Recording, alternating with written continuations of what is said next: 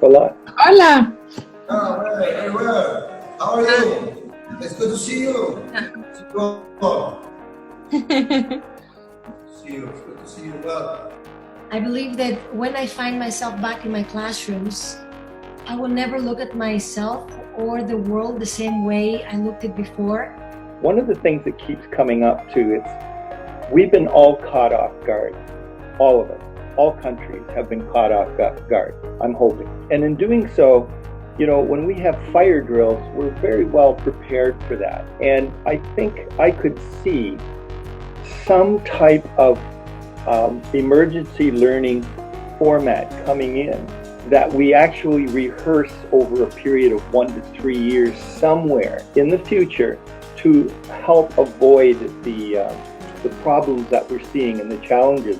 Our Department of Education is also thinking about it. So they've reached out to organizations and asked them questions about how do we think we can contribute in this kind of emotional well-being equation, and how we prepare teachers for returning to the school system, but also how to handle the overwhelming pressure that they will be under once schools open.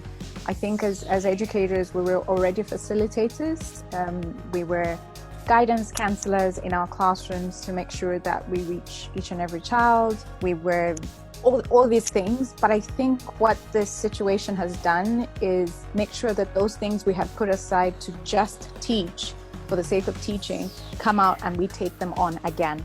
So they were there, but we now have to make sure that we continue to implement them in a very, very creative way. So creativity coming from the space sector, we are very curious people, because curiosity, creativity, these are things that push us to beyond planets, to really cross the borders. And I think that creativity is one of the essential things to really trigger with kids. I think it's a good idea to consider the different age groups that you have, and probably the kids that they are in age that they can understand things and do things on their own. Maybe you can take advantage of, let's say, situational games. A lot of kids now, they are fascinated by games that they have some sort of scenario or something like that.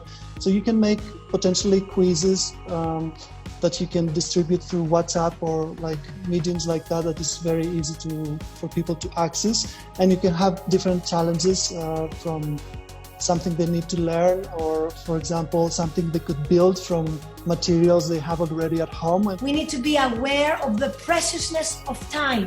We don't have time to waste anymore. We need to be the change we want to see in the world. So I advise everyone to actually lead this change from our own classrooms. Thank you for teaching me. Thank you for listening to us. and thank you for sharing your thoughts with us. I've got this image of a huge ship that at some point you stop in the middle of the oceans. And there's no wind, there's no waves, there's no engines. We have to think how we will put that enormous group of people in motion again. I think that will require also a lot of work. It is not an individual issue, it's a collective issue. Just to wish that we come out better than we entered. And we are extremely, extremely grateful for what we've learned. Thank you all. Thank you very much. Thank you very much. Thank you, Petra.